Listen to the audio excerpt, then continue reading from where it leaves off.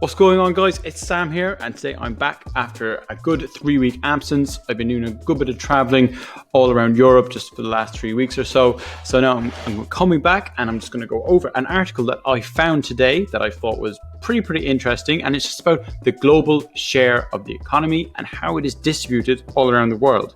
So this is an article I stumbled across. I thought it was pretty interesting. I'm just going to show you guys what it is and a bit of reaction about it. So you're just going to see how wealth is actually distributed around the world, it's absolutely crazy how much the world is worth and how it's divided between the percentage of people. Some of this stuff is probably going to shock you to understand how much money is actually held by such a minority. Remember, guys, this is not financial advice, even though we're not going to be getting into any stocks, cryptos, none of that kind of stuff in this video. But remember to hit the like button, hit the subscribe button. We recently hit 250 subscribers. We're going to be plowing onto that 500 as soon as possible. So thanks, guys, for the support so far, and we're going to get straight into the video.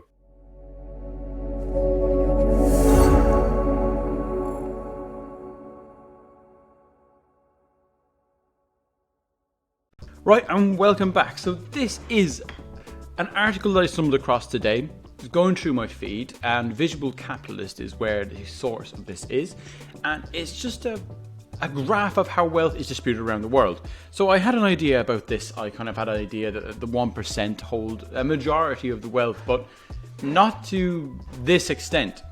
So people with over 1 million net worth is 1.1% of the global population, holding 191.6 trillion, which is absolutely crazy when you think of the population of the world is closing on 8 billion. 11% of the world's population hold 39.1% of the world's wealth, with between 100k to 1 million net worth.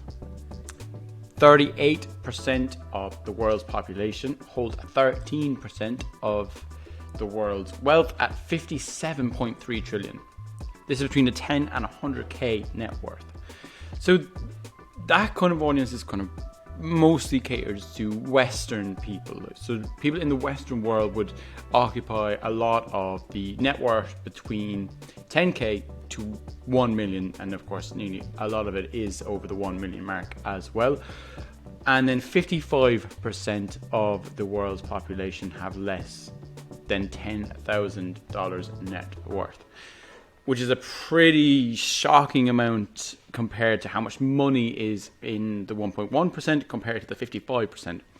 So this is just an article that kind of shocked me to an extent, that most of the world are living way below the means of what these people are in the 1.1%. Like, these guys are really ahead of everyone else. Like, so if you have a net worth of over 1 million, you are pretty much better than 99% of the entire world, which is absolutely crazy. It's crazy. It's just something I didn't think was actually to that level. I thought the 1.1% would be just people that are billionaires, but no, it's everyone that has an over 1 million net worth, and that can be from real estate, stocks, cryptos, whatever you want.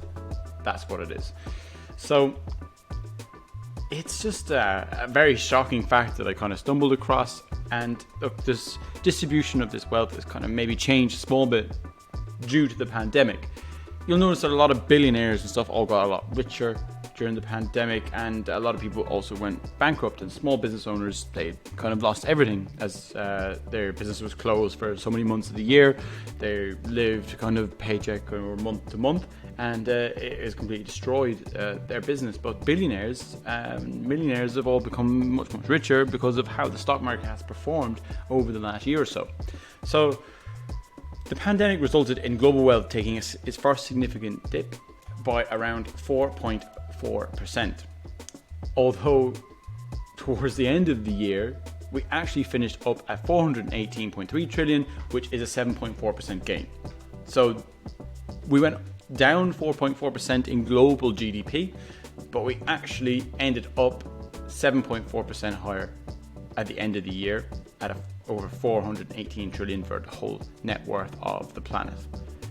So how does this kind of make sense? Like, we had a pandemic, a lot of people lost their jobs, but yet the stock market was backstopped by like the federal government in the US, and the EU also brought in a zero interest rate policy, which has just backstopped the whole place and increased the value of real estate markets have gone crazy, stock market has gone crazy, and also the crypto market has gone crazy. So there's money just flowing everywhere because of government stimulus.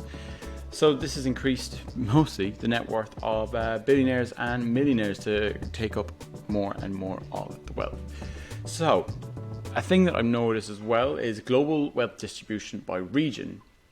As you can see, probably to no surprise, is that North America is the highest net worth of the whole world.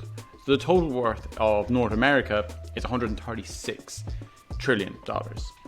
And wealth per person of 486,930, and that was an increase of pretty much 9.1% per person, and overall it was a 10% change, so increase of 12.37 trillion overall. So not to surprise again, Europe is second, as it's the second kind of powerhouse in the world, and they have an estimated, it's an estimated total wealth of 103 trillion between all of Europe, an increase of 9.1 trillion over the last year, so 9.8%. And wealth per adult is significantly less than North America at 174,000 per person, but this is still an increase in 9.4%. So then you kind of Asia, Pacific, not including China. You're trying to understand it on its own there. And then you have India, Latin America, and Africa. You would probably notice as well that India has seen a bit of a dramatic loss in its GDP of total wealth of 6.1%, Latin America down 11.4%, and Africa is down 2.1%. So this kind of stuff is not really helping these developing nations develop anymore. The pandemic has obviously hit them quite hard. A lot of businesses have been closed, all them kind of things, and it's actually made a reduction in what that whole country is worth. So this kind of stuff is devastating to these kind of countries when you see what's happening in North America, where everyone is just getting richer and richer and richer. It's just this very interesting article to kind of look at, and where you can see how money is distributed, where it's centralized, and it's centralized pretty much around North America, Europe, and China on a standalone country as well. But Asia Pacific is Australia, New Zealand, them kind of places, and Indonesia. But your main ones to kind of look at are North America, Europe, and China. So basically, the outlook for the coming years from 2020 to 2025 is actually very, very good, which is surprisingly enough. So you've got, despite COVID-19 kind of becoming a bit of a hindrance, the global economy can expect robust GDP growth for the coming years, especially in 2021. The latest estimates from the IMF in April 2021, the GDP in 2021 will total over 100 trillion in nominal terms for the first time. This is up 4.1% on last year. So despite everything that is going on, the whole world is becoming worth more and more and more. This might surprise people, but yeah, the pandemic has not really affected actually a lot of businesses that trade publicly, as government have helped them in every situation, but it's the kind of the small business owners that have become more and more affected, and that's just the way it is. So over the next few years, we can expect that the world is going to have very, very good GDP growth, good global wealth growth, but the wealth divide is going to become more and more and more. So these kind of things are actually quite shocking to kind of see, because you don't see these things that often. You won't see them in mainstream media, you won't see them in the news. This kind of stuff is interesting to keep an eye on, because you actually see how wealth is distributed and how it is so centralized around this 1% of people, and even the 11% just below that, and it's very, very centralized. And it's just something to always keep in mind, that these people will always continue to get richer and richer as long as things kind of stay where it is, and the federal governments will not let companies fail. So yeah, this is an interesting article that I came across today. It's always something to kind of keep in mind how it is actually distributed all around the world. I found this very, very interesting, and look, it seems to be that we're going to be in a bit of a bull run for the next 5 years at least, according to this article in particular.